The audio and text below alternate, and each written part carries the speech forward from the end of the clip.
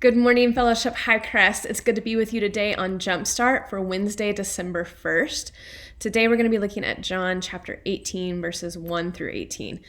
Now, in this story, we see that Jesus has just finished the Last Supper and his final words and prayer over his disciples and to the Father before he's going to be arrested and put on trial and then eventually murdered. And in this moment, they're transitioning from the Lord's Supper into the Garden of Gethsemane, and this is where he's going to be arrested. And in the moment of being arrested and being betrayed by Judas, Simon Peter is with him. And in verse 10 it says, "Then Simon Peter drew a sword and slashed off the right ear of Malchus, the high priest's slave. But Jesus said to Peter, 'Put your sword back into its sheath. Shall I not drink from the cup of suffering the Father has given me?'" And then Jesus is arrested and they go to the high priest's house, and Peter gets let into the courtyard of the high priest, and he has his first encounter where he denies being Jesus's disciple. And as I was studying this today, I just was really overwhelmed with Peter's perspective and what happened.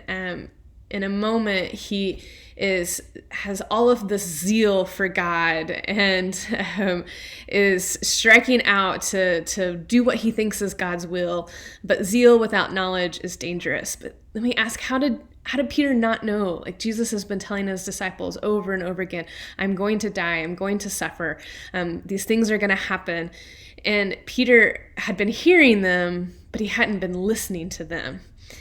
And he hadn't been letting them sink in, and he's still trying to exact God's will in his way. And then we get to his denial story where he starts denying that he's a disciple of Jesus. And I found this interesting. He's not denying that Jesus was the Messiah, but he's denying that he was one of Jesus's disciples. Maybe shame, guilt, like not understanding, did I make things worse for Jesus? He doesn't know the end of the story.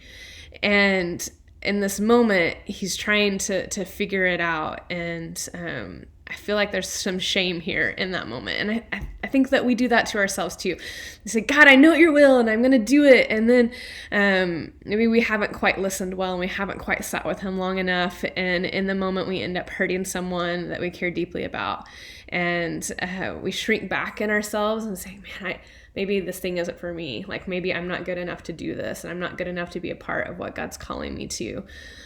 We see later in the story that Jesus calls Peter back, and he gives him his vision, and he gives him his mission and his value to Jesus, and as just being a disciple and a chosen one of God, a beloved of God, a child of God. But in this moment is very real for Peter, a very human characteristic and quality to mess things up and then want to sit in our shame and guilt in it. So today, friend, I just ask, are you sitting in shame and guilt on something that God is wanting to release you from?